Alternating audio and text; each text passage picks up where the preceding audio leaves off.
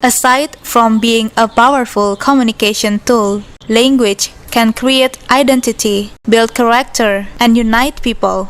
If we lose a language, we also lose part of our identity, character, and sense of unity, which is what makes us human. Therefore, languages, including regional, native, and indigenous ones, should be maintained as a window to fascinating cultures and a baton to pass along traditions from generation to generation. My name is Luh Wahyu Suryantini from Universitas Dhyana Pura, Bali, and the first runner-up of Outstanding Students of Copertis Region H. And this is my paper on the maintenance Balinese language. I am a native Balinese and I feel concerned if I only sit idle in my comfort zone while I observe and increasingly dim phenomenon in life. It is not just about my personal life, but it is more than that. It actually relates to the life within the Balinese communities that may lose their native language if the young generation who should maintain their language and identity fail or are reluctant to do so. I am a part of millennial generations called the Y generation. I live in a world in which everything is instant, connected, and glamorous. In a time when everything that happens in the real world gets shared in the social media.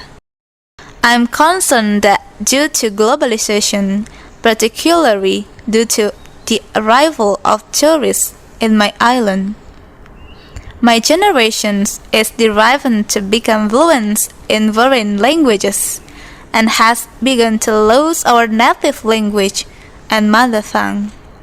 What troubles me the most is the fact that many young Balinese now struggle to express themselves in their own native language.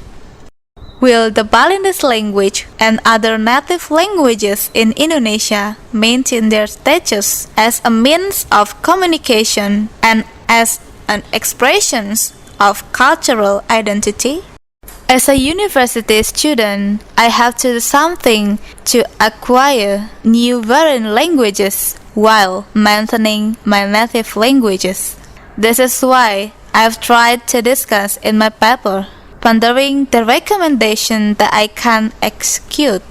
At the end of the day, I won't give up, even though it is difficult.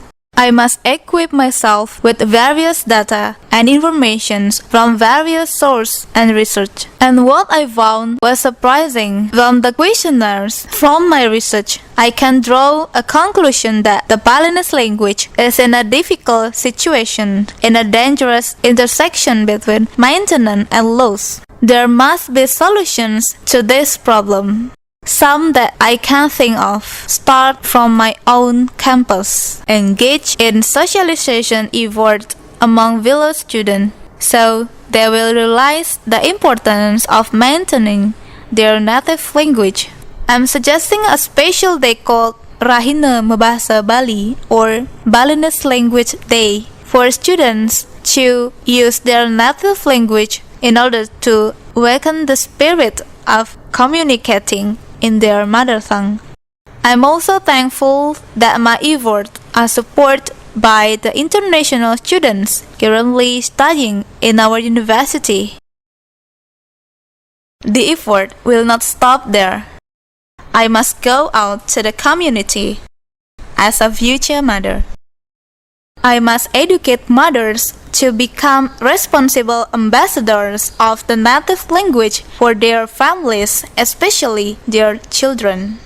Educational institutions also hold an important role through engaging activities such as storytelling. These activities will rekindle the culture of oral tradition that is currently in decline. Do parents nowadays even share bedtime stories to their children? The same can be said about games and childhood activities. When done right, these activities can revive the interest in learning and using the native language.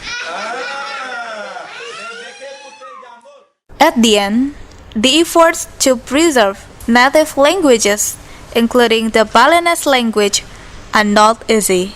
But it must be done, and I cannot do it alone.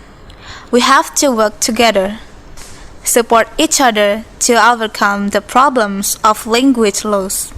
I'm a champion archer. I'm trained to focus on my target. As such, I also believe that we will achieve our objective if we focus on the target at hand.